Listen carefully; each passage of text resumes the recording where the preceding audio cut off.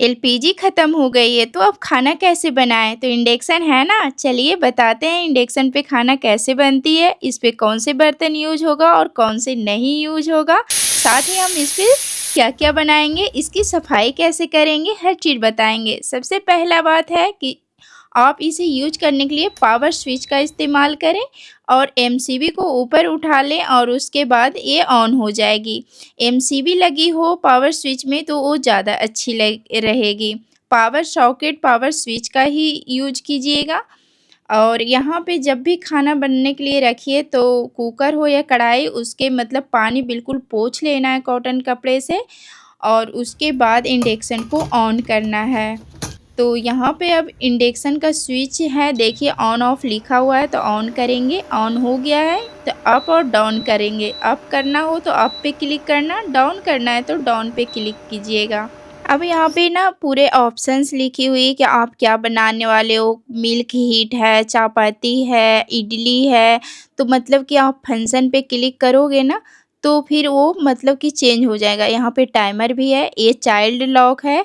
Child lock बहुत ज़रूरी है क्योंकि घर में बच्चे हैं, आप वहाँ से साइड हो गए ना तो कुछ भी दबाकर कुछ भी टच कर देगा। तो अभी मैं सब पे टच कर रही हूँ, कोई भी काम नहीं करेगा, कोई भी फंक्शन काम नहीं करेगा। टाइमर हो, पावर हो, किसी पे क्लिक करो और फिर जब आपको खोलना होगा तो चाइल्ड लॉक पे ही क्लिक करोगे तो खुल जाएगी। अब देखिए यहाँ पे, तो यहाँ पर मैं चावल बना रही हूँ तो 600 से 800 पे आप बना सकते हो चावल। अगर आपको जल्दी है तो 800 पे भी बना सकते हैं।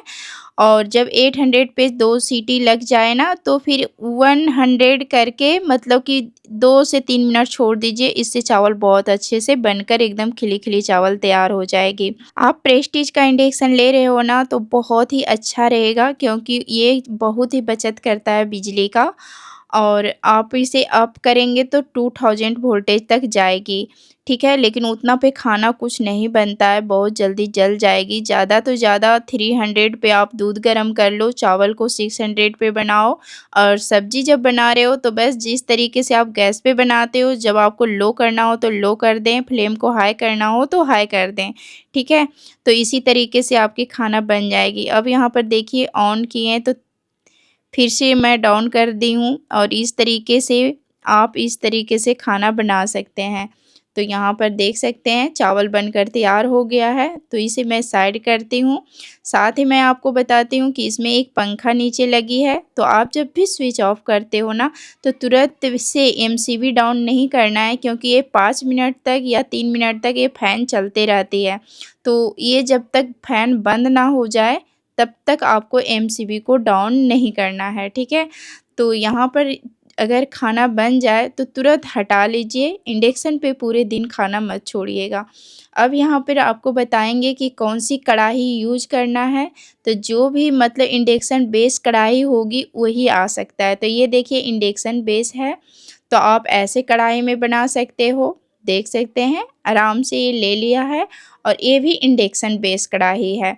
तो सब्ज़ी बनाने के लिए बहुत ही अच्छा परफेक्ट है। पहले जो कढ़ाई देखा है ना वो थोड़ा पतली परत है और ये डबल लेयर है, जिससे खाना बिल्कुल भी नहीं जलती है इस कढ़ाई में। तो हम इसी कढ़ाई में बनाने वाले हैं।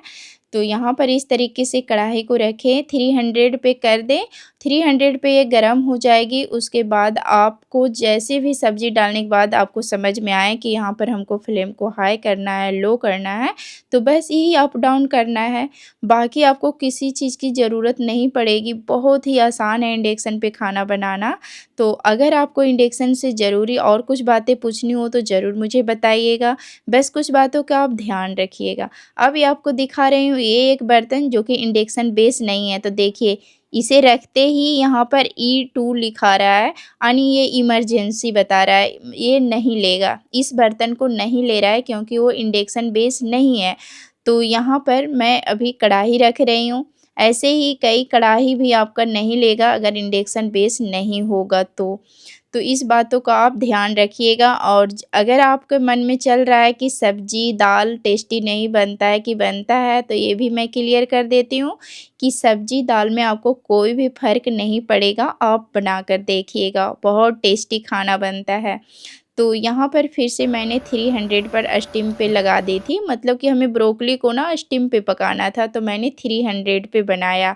अब बात कर लूँ तवा की कि रोटी कैसे बनाएंगे, तो तवा भी इंडक्शन बेस होनी चाहिए। देख सकते हैं मैं आपको इसकी बेस दिखा रही हूँ। तो ये तवा ना इंडक्शन बेस है, इस पे आप परफेक्ट रोटी बना सकते हैं। तो यहाँ पे तवा को गरम करने के लिए 300 पे रखेंगे और उसके बाद आपको फ्लेम को लो हाई अपने अनुसार करना है। जिस तरीके से आप गैस पे बना रहे हो, जैसे कि आपको लगता है कि नहीं अभी रोटी जल्दी से नहीं बन रही, तो थोड़ा-सा फ्लेम को लो करिए या हाई करिए, जैसे करना आप कर सकते हैं, अपने आइडिया आ जाएगा आपको। तो मैं तो यहाँ पर 300-600 पे ही रोटी बनाती हूँ और ये देखिए मेरी फुली-फुली रोटी बनकर तैयार हो जाएगी। तो बस आपका सब चीज़ क्लियर हो गया, अब तो टेंशन नहीं रहेगी कि हम इंडक्शन पे क्या बना सकते हैं और क्या नहीं बना सकते हैं। और अगर आप इधर-उधर कहीं भाग रहे हो और आप दूध रख दिए ना, तो इसमें मिल्क हीट की ऑप्शन है, तो आप फंक्शन पे क्लिक कर दीजिएगा, तो मिल्क हीट पे चले जाएँगे। उसकी मतलब कि अपने आप ले लेगा, आप जैसे दूध रख लिए ना और मिल्क हीट करना है और काम करना है, तो आप वो टाइम ले लेगा मिल्क हीट का और दूध उबल के नीचे नहीं गिरेगी। बस थोड़ा-सा बड़ा बर्तन रखिएगा और बस एमसीबी को डाउन कर देंगे इस तरीके से खाना बनने के बाद। अब तुरंत से इसे साफ़ नहीं करना, ये जो है ना बहुत ज़्यादा गर्म है, तो हाथ जल सकती है, इसलिए इसे बिल्कुल ठंडा होने दें तभी साफ़ करें।